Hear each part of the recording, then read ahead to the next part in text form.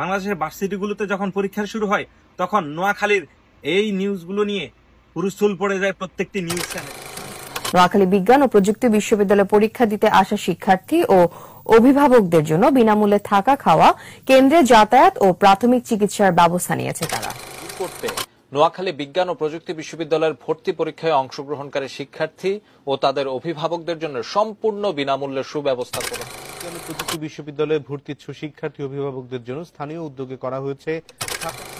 যারা কিনা নোয়াখালী বিজ্ঞান ও প্রযুক্তি বিশ্ববিদ্যালয়ে পরীক্ষায় অংশগ্রহণ করেছে অতীতে, তাদের কাছ থেকে প্রশ্ন করলে জানতে পারবেন নোয়াখালী মানুষের হসপিটালিটি। আমি বরিশাল থেকে আসছি এখানে।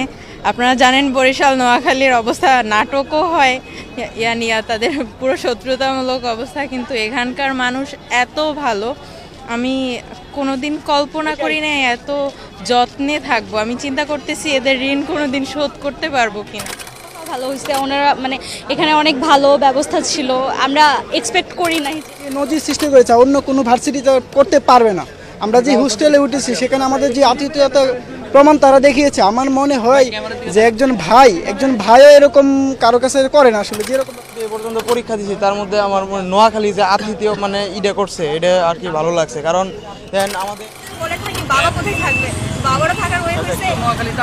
বাংলাদেশে সকল বিশ্ববিদ্যালয়ে যখন ভর্তি পরীক্ষা শুরু হয় তখন একটি বিশ্ববিদ্যালয়ের জেলা শহর হয়ে যায় বসবাসের অযোগ্য এবং ভোগান্তির শহর। সেদিক থেকে নোয়াখালী একদমই ব্যতিক্রম। বাংলাদেশের ভার্সিটিগুলোতে যখন পরীক্ষা শুরু হয় তখন নোয়াখালীর এই নিউজগুলো নিয়ে হুলস্থুল পড়ে যায় প্রত্যেকটি নিউজ চ্যানেলে।